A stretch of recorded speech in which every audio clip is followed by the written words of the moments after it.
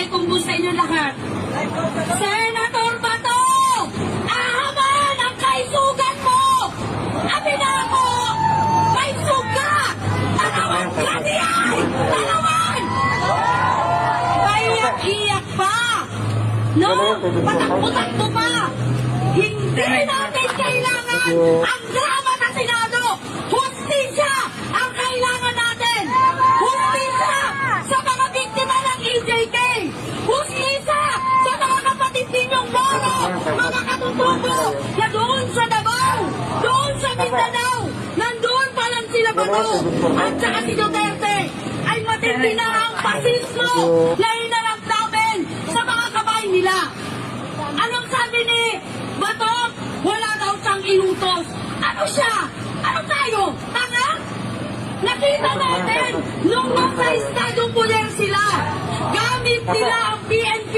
Gamit nila ang AFP. Ano ang ginamit nila ng pamamaraan? Pasismo. Pasismo. Doon sa amin sa Mindanao, nung ginawa nila ang pagpabomba sa Marawi. Pasismo ang ginawa nila noong mga pinobomba nila ang mga eskwelahan ng mga lumag. Pasismo ang ginamit nila nung tiniterror nila ang mga aktivista, ang mga kasamahan namin at mga EJK din nila. Yan ang ginagawa ng mga kapulisan na ito. Ang protektahan ang isang institusyon nagkakanlong ng mga bertugo, mamamatay tao, mga kriminal.